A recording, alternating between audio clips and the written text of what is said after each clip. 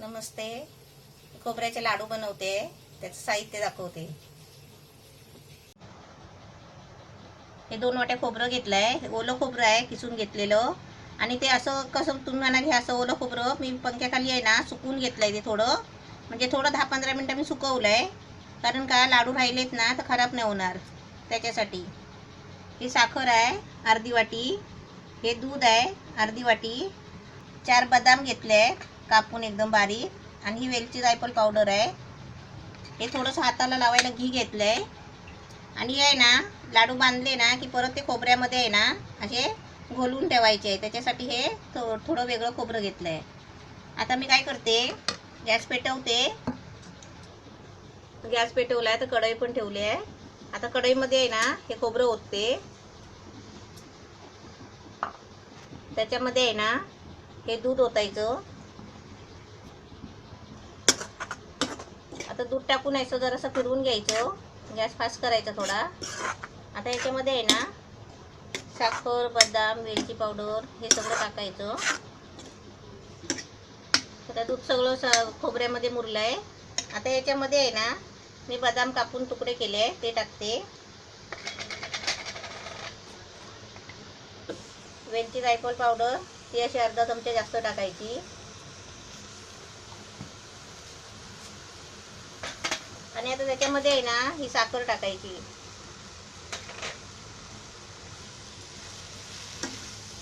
आता थोडं medium gas करून आहे ना हे एकदम चांगलं साखर विरघळेपर्यंत ते आपल्याला असं हलवून घ्यायचं आहे फिरवून.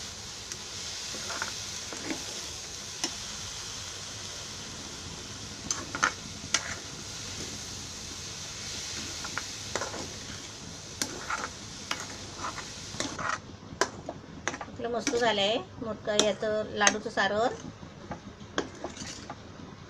आता मी गॅस बंद करते. मग साखर कशी पिघलेपर्यंत आहे ना ते खोबरं हलवतच राहायचं. म्हणजे कसं साखरेचा पाक बनला पाहिजे पक्का, आणि त्याच्यामुळे कसे लाडू घट्ट होणार.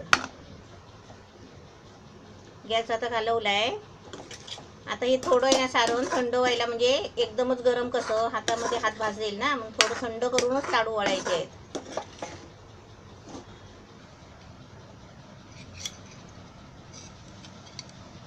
हे घी घ्यायचं थोडं हाताला लावून, कारण हाताला चिपकणार नाही म्हणून. घी चोळून घ्यायचं हाताला, म्हणजे कसं ते हाताला चिपकणार नाहीत. जेवढं हाताला सण होईल ना तेवढंच घ्यायचं, जास्त गरम नाही घ्यायचं. आणि आपल्याला जेवढे आकार पाहिजे तेवढे छोटे छोटे मोठे मोठे असे पाहिजे तेवढे आपण बनवायचे.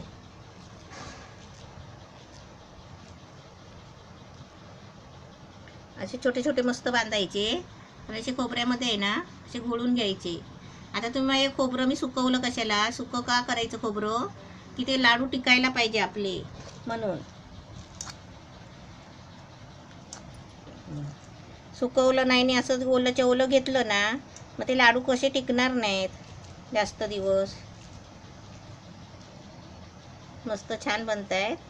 हात भाजणार नाहीची काळजी घ्यायची.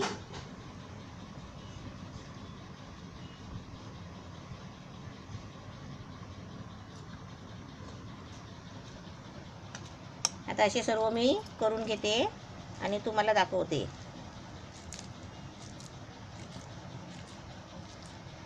तर मी एकदाच हाताला घी लावून घेतला होता, पण छान येतात आहेत.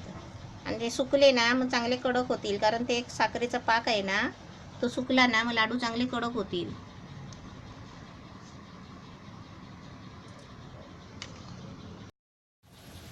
खोबऱ्याचे लाडू मस्त झाले आहेत, छान झाले आहेत.